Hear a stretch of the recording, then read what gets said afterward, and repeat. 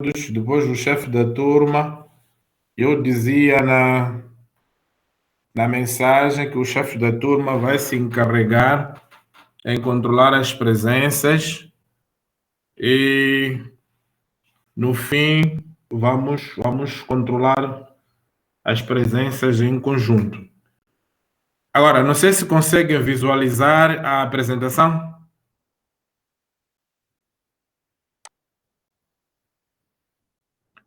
Ótimo. Pronto.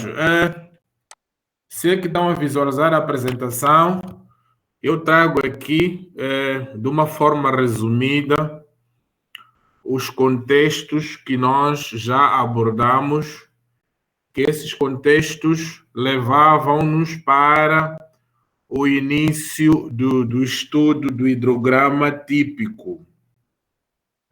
A última aula eu dizia que nós, nesta aula de hoje, iríamos iniciar a matéria sobre o hidrograma.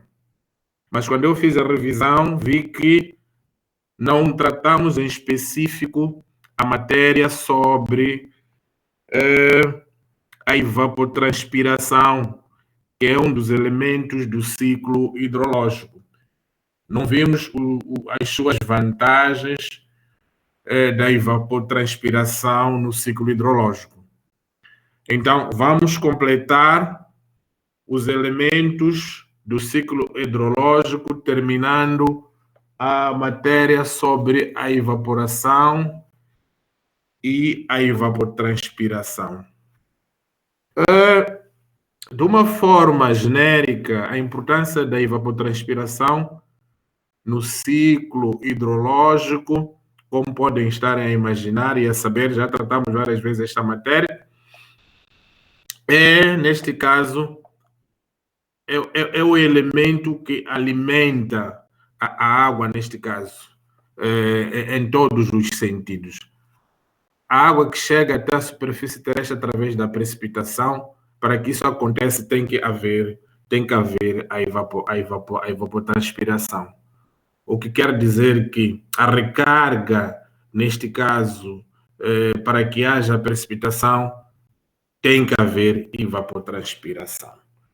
Daí que é importante que nós analisemos este elemento alimentador, por sua vez, da precipitação, e também sabemos que é o elemento que nos tira mais água na nossa superfície terrestre.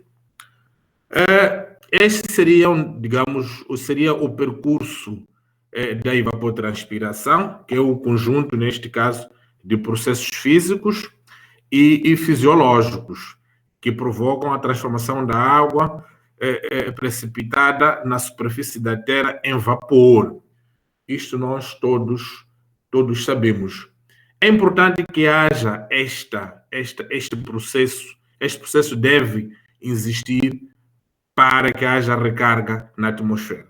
Se não há evapotranspiração, então não há chuva. Alguém pode perguntar, mas por que às vezes há carência da precipitação? Será que a carência da precipitação é diretamente proporcional à ausência da evapotranspiração? Pronto, vamos analisar em conjunto, mais adiante vamos tirar as nossas conclusões. Mas em solos nus, digamos, em solos com menos vegetação, também há menos evapotranspiração. Simplesmente há ocorrência de calor, mas a evapotranspiração não vamos encontrar lá. São daquelas terras onde nós temos tido a informação, o calor foi seco. O calor, quando é seco, é acompanhado também de solos nus. A evaporação a partir de um solo nu, não é?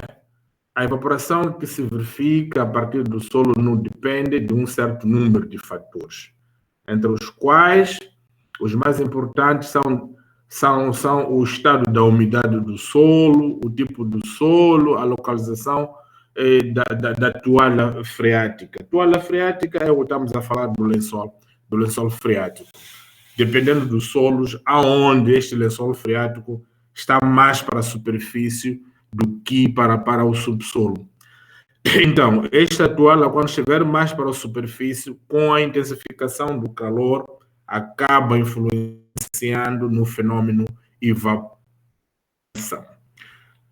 Não sei se estão a acompanhar, é uma primeira experiência, nunca tivemos uma aula idêntica. Caso esteja a falar sozinho, tem a ferramenta de levantar a mão ou interromper, por favor. Estão a acompanhar?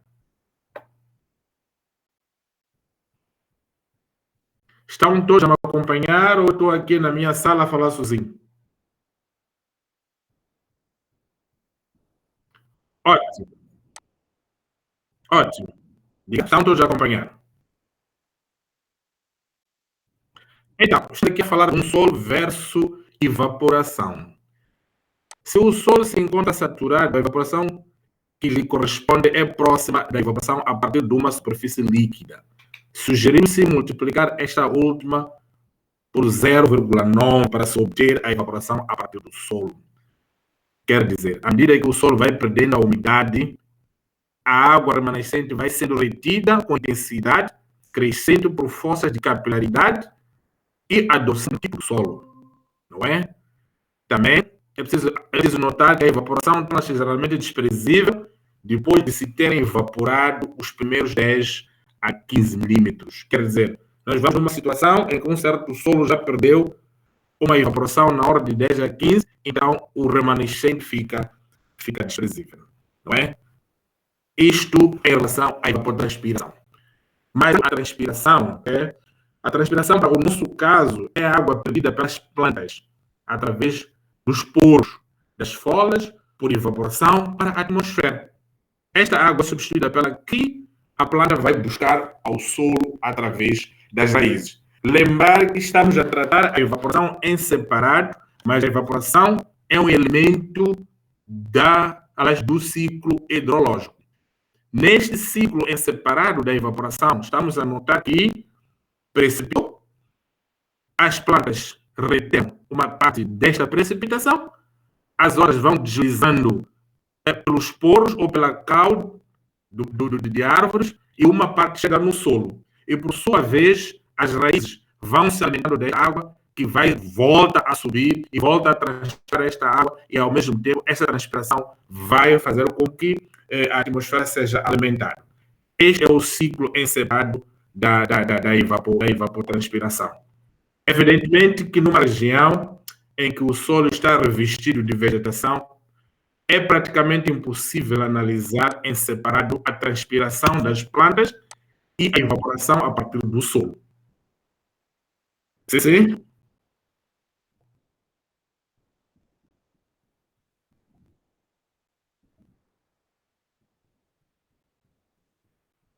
Ok. Não está, os slides não estão a correr para vocês?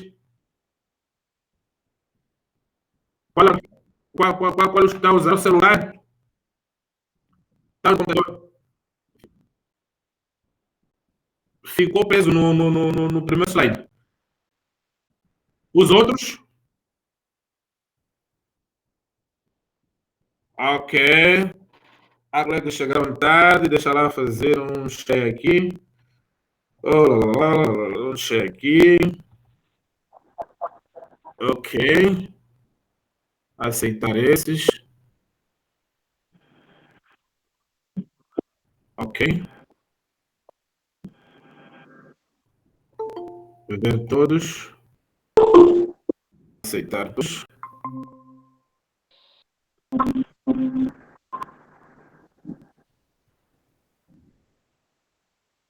Então, estão todos, estão todos ligados? Eugênio Lourenço, Elísio, mas é o tempo que chegam. O Helder,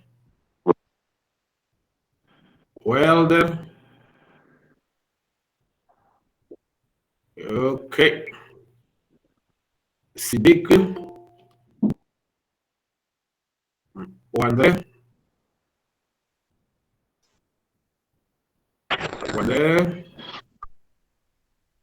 René. René. Vão tirando os vídeos.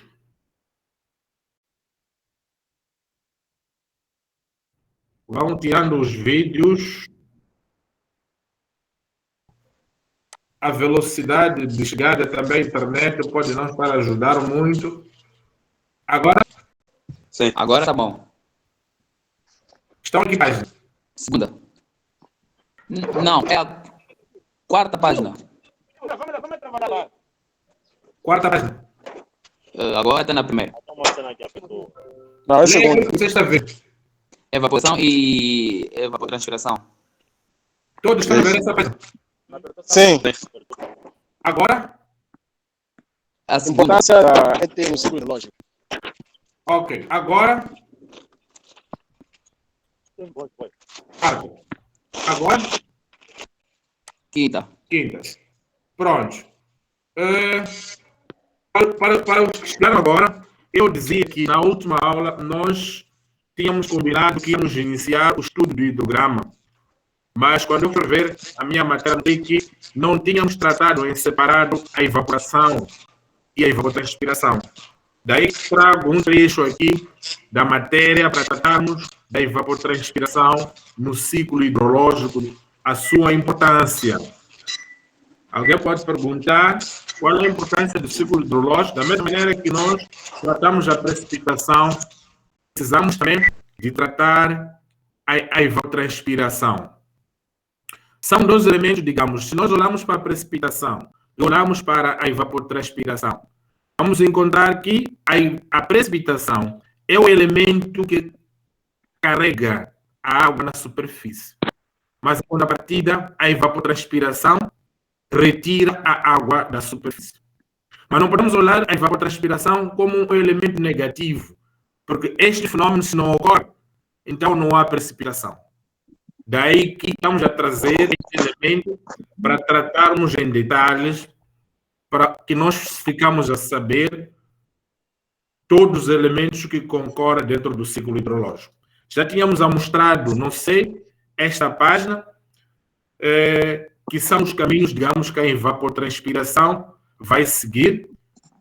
Dizíamos nós que é o conjunto de processos físicos e fisiológicos que provocam a transformação da água precipitada na superfície da Terra em vapor. Também já estávamos a falar aqui de uma evaporação a partir de um solo nu, isto é, um solo sem vegetação. Dizíamos nós que a evaporação que se verifica a partir do solo nu depende de um certo número de fatores, entre os quais os mais importantes são o estado da umidade do solo, o tipo do solo e a localização do lençol freático. Esses são os fatores que vão concorrer, neste caso, para a verificação da evaporação. Se o solo se encontra, por exemplo, saturado, a evaporação que lhe corresponde é próxima da evaporação a partir de uma superfície líquida, sugerindo-se multiplicar esta última por 0,9 para se obter a evaporação a partir do solo. O 0,9 é um fator de conversão. À medida que o solo vai perdendo, neste caso, a umidade, a água remanescente vai sendo retida com intensidade crescente por força de capilaridade da absorção, dependendo do tipo do solo. Também já tínhamos dito que a evaporação torna-se geralmente desprezível depois de se terem evaporado os primeiros 10 a 15 milímetros. Estamos todos juntos? Sim. Então, já estávamos a falar da transpiração. Só uma questão só de separar esta transpiração. Dizíamos nós que a transpiração é a água perdida pelas plantas através dos poros das folhas por evaporação para a atmosfera. Esta água é substituída pela que a planta vai buscar ao solo através das raízes. Qual é o entendimento que nós temos que ter aqui? É que dentro de uma planta há uma circulação desta mesma água que vai terminar de novo numa certa evaporação. Dizíamos também que numa região em que o solo está revestido de vegetação, é praticamente impossível analisar em separado a transpiração das plantas e a evaporação a partir do solo, não é? Isto fica claro. Importância de fenômenos de evaporação, ok? Pode-se ficar com uma ideia da importância destes fenômenos, considerando, eu vou dar um exemplo aqui da albufeira dos pequenos libumbos, só para terem uma ideia, o que é essa coisa de evaporação no que tange a retirada de água. Vem aqui, por exemplo, considerando que a albufeira tem uma superfície inundada com uma área média de cerca de 30 km², e que a evaporação anual na albufeira é de cerca de 1.700 milímetros. Então, o volume evaporado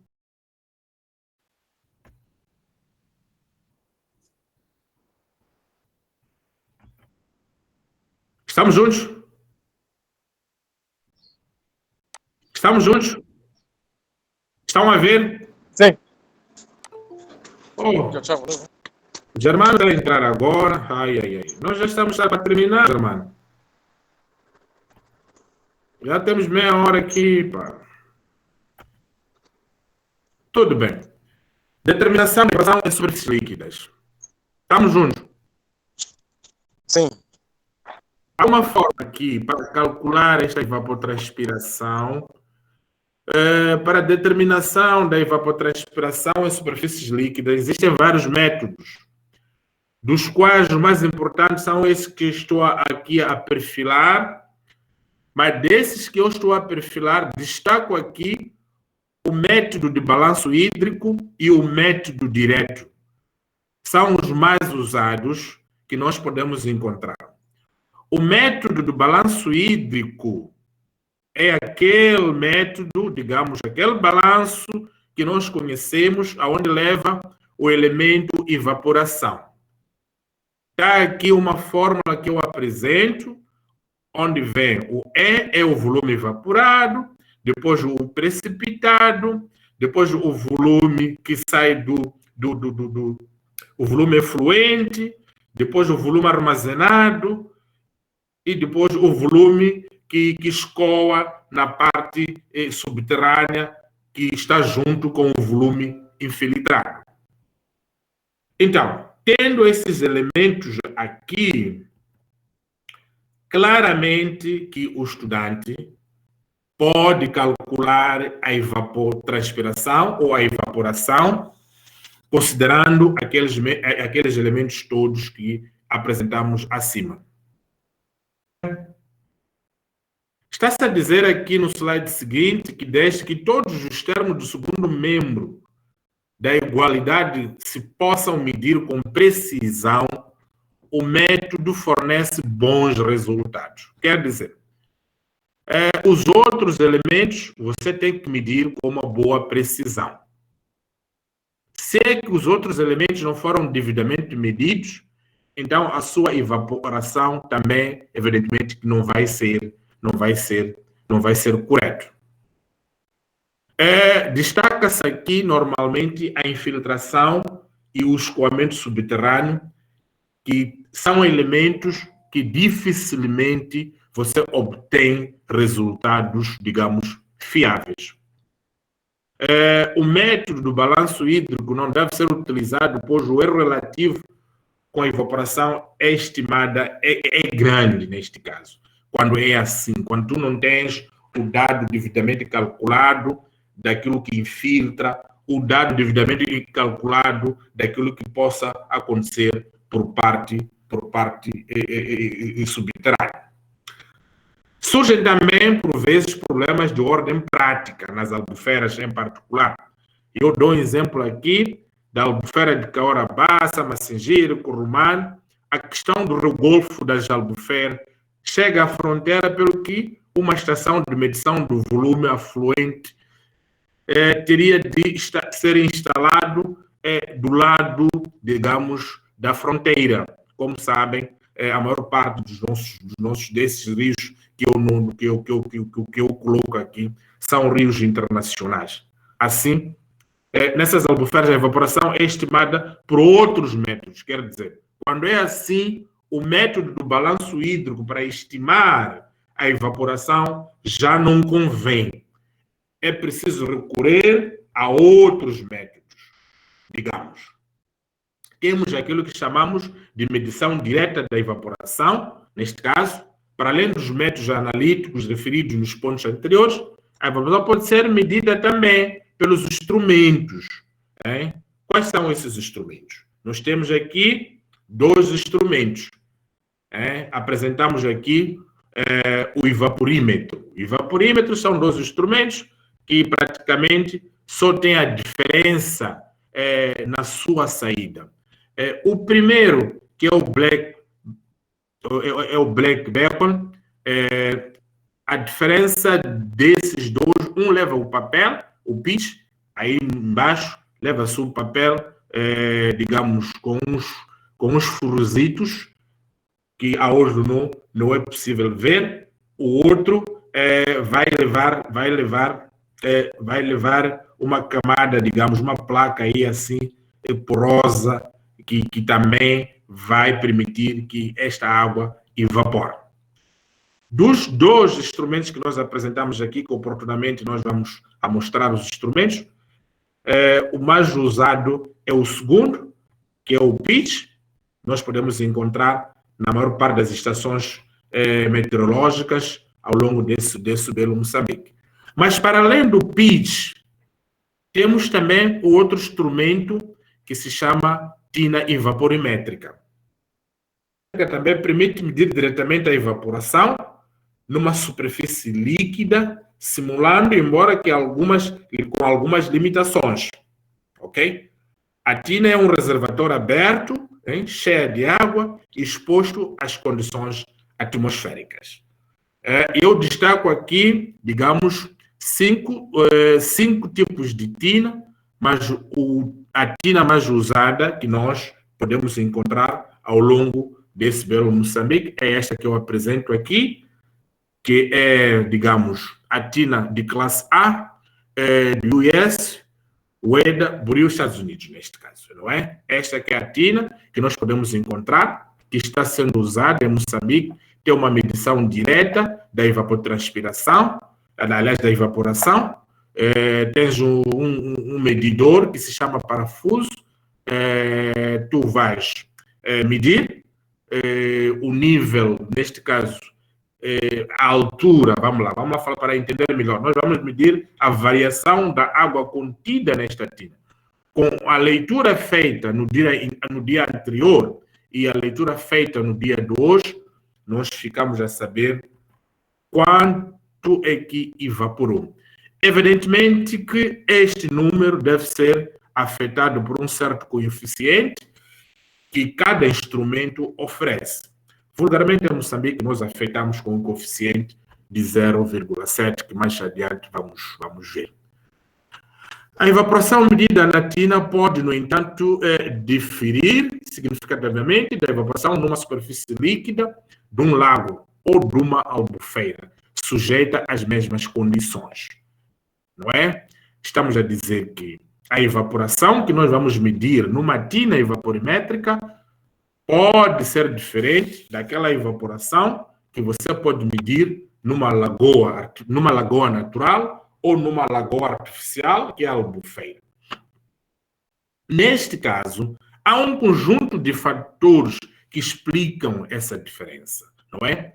A radiação que a tina recebe pela superfície lateral e pelo fundo é uma proporção muito mais elevada da radiação recebida pela superfície líquida do que no caso de um lago, ok? A evaporação numa superfície líquida cria o chamado efeito de oásis, efeito local de diminuição de temperatura e aumento da umidade relativa. Se a camada saturada que se forma é removida pelo vento, o processo de evaporação recomeça. Estamos a falar dos elementos ou dos fatores que concorrem para que a evaporação que você tira na tina seja diferente de uma albufeira. Então, Todos esses fatores induzem a que a evaporação da tina seja bastante superior à evaporação que se verifica no lago. Por este motivo, a evaporação medida na tina deve ser multiplicada por um coeficiente de redução para se obter a evaporação num lago ou albufeira. É o que nós já estávamos a dizer.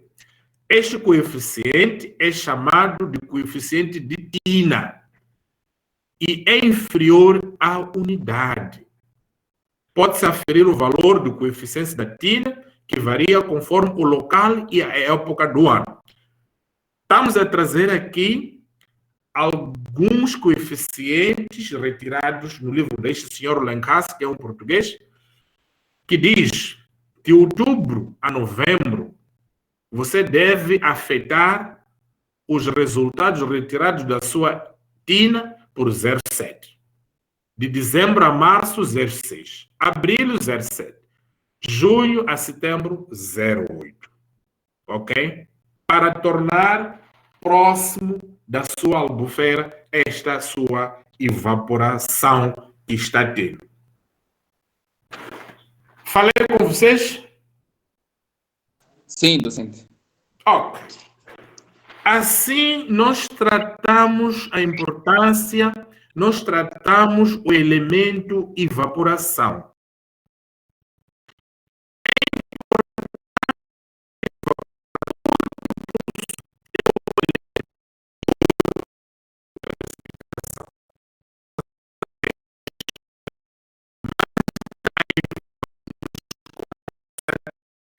Pela evaporação.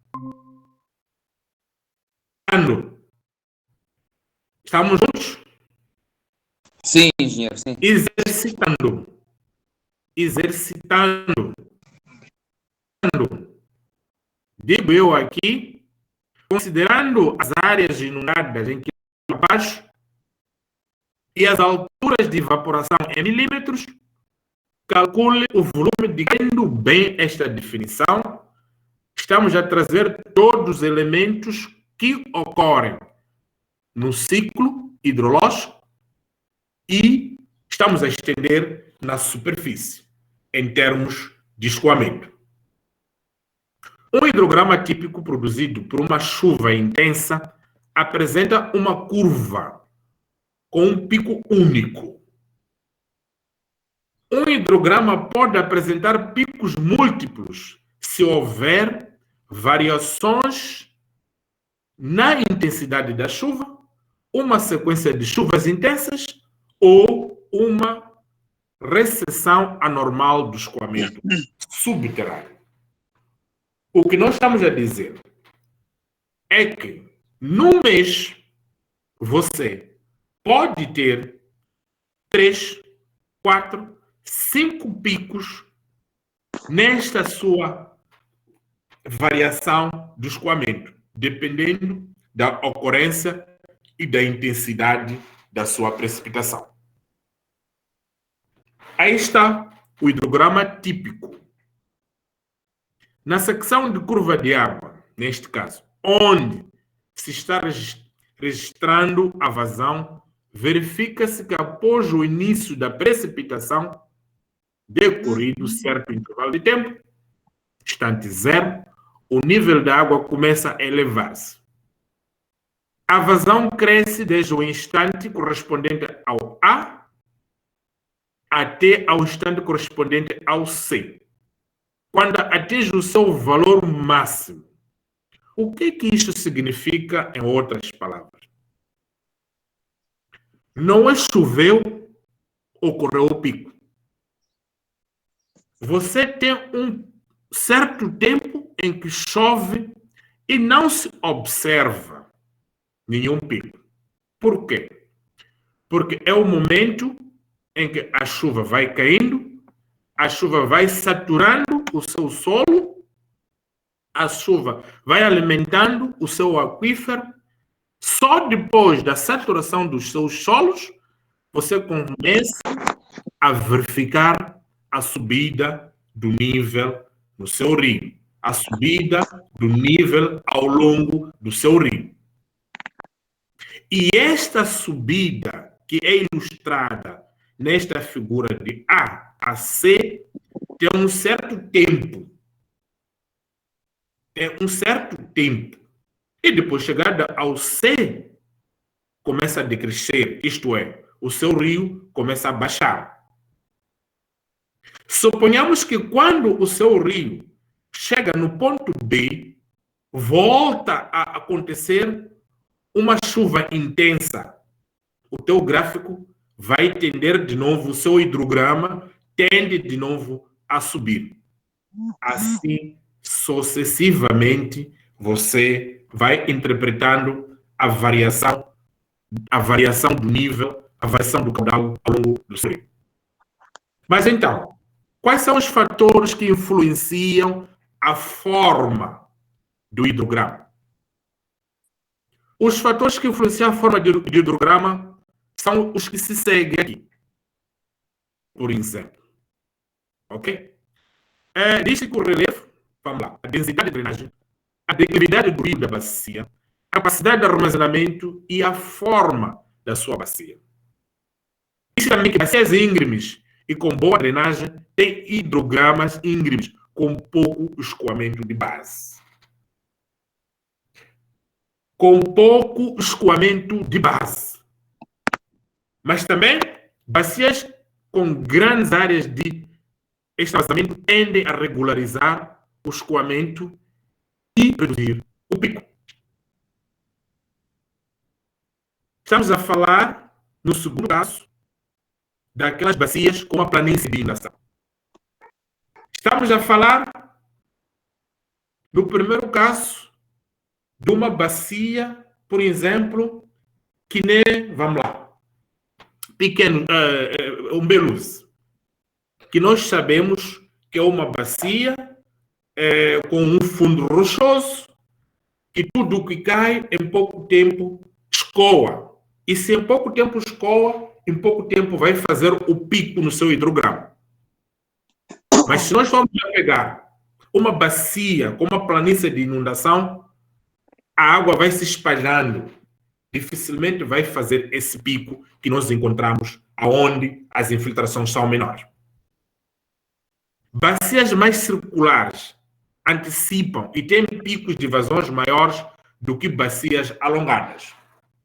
Evidentemente que uma bacia com formato circular, a água vai preenchendo, não é? Com maior facilidade e vai fazer o pico. Enquanto uma bacia alongada, comprida, a água vai se espalhando com o comprimento deste rio e aí dificilmente vais ter picos com facilidade. Aonde é que ajuda isto a analisar? Justamente, isso vai te ajudar na escolha do local aonde você quer implantar um reservatório. Porque isto tem a ver também com a capacidade de enchimento deste reservatório que você vai implantar ao longo do seu rio. Cobertura da bacia. Já vimos isso quando estivemos a analisar as precipitações. Cobertura vegetal tende a retardar o escoamento e aumenta perdas por evaporação. E se retarda o escoamento, então vai influenciar também no seu hidrograma. Modificações artificiais do rio. Por exemplo, reservatórios de regularização, estamos a falar das albufeiras, reduzem os picos. A partir daquele ponto em que você coloca uma certa albufeira, daquele ponto que se chama montante para o seu ponto de jusante, todo o escoamento de jusante passa a ser regulado por você e já modificou o seu hidrograma. Distribuição, duração e intensidade da precipitação. Este também é um fator que vai influenciar no seu hidrograma. Chuvas deslocando-se de jusante para montante geram hidrogramas com picos menores. É aquilo que eu estava a dizer, eventualmente 2 picos. Se tu tens jusante, tens montante ou vice-versa, aqui no meio há um elemento regulador. Tudo que vem de montante pode vir com picos altos. Quando chega aqui na sua albufeira, você vai laminar os picos e a parte jusante, o hidrograma cai. Isto é, diminui. Não é? Então, as chuvas convectivas de grande intensidade e distribuídas numa pequena área podem provocar as grandes enchentes em pequenas bacias. Para bacias grandes, as chuvas frontais são mais importantes. Ok? O solo é outro elemento, é outro fator para adulterar ou para influenciar no seu hidrograma. Por quê? Porque vai interferir na quantidade da chuva transformada em chuva efetiva. Quando nós falamos de chuva efetiva, estamos a falar daquela chuva que atinge a superfície do solo. Estamos juntos? Sim, docente. Ótimo. Obtenção do hidrograma da chuva excedente. Entende-se por um hidrograma de chuva excedente a parcela do hidrograma que contribui diretamente para o escoamento superficial, direto, na bacia, ou seja, a parcela da prestação que não infiltra. Nós, quando vimos o hidrograma tipo, dissemos que há um tempo de permanência em que chove, não acontece nenhum pico. Mas, entretanto, há situações em que choveu, escoou. Choveu, escoou. Caso da Baixa da cidade do Maputo. 10 minutos depois de chover, ou 5 minutos depois de chover, a água está a escoar. Então, uma vez definido o hidrograma de escoamento de superfície direto, a partir do hidrograma observado, pode-se calcular o seu volume. Este volume é expresso em unidade de altura equivalente, procedendo-se da seguinte forma. Ok? Vamos repetir várias vezes aqui. Faz-se a integração do hidrograma de escoamento da superfície direto entre os 2 pontos definidos, o A e o B. O início e término do escoamento superficial direto e do hidrograma observado. Divide-se esse volume pela área da bacia hidrográfica e obtém-se a altura equivalente do escoamento direto. Vamos exemplificar isto aqui. Mais adiante. Para já. Desta forma, dispondo-se do hidrograma observado, correspondente ao evento que gerou o hidrograma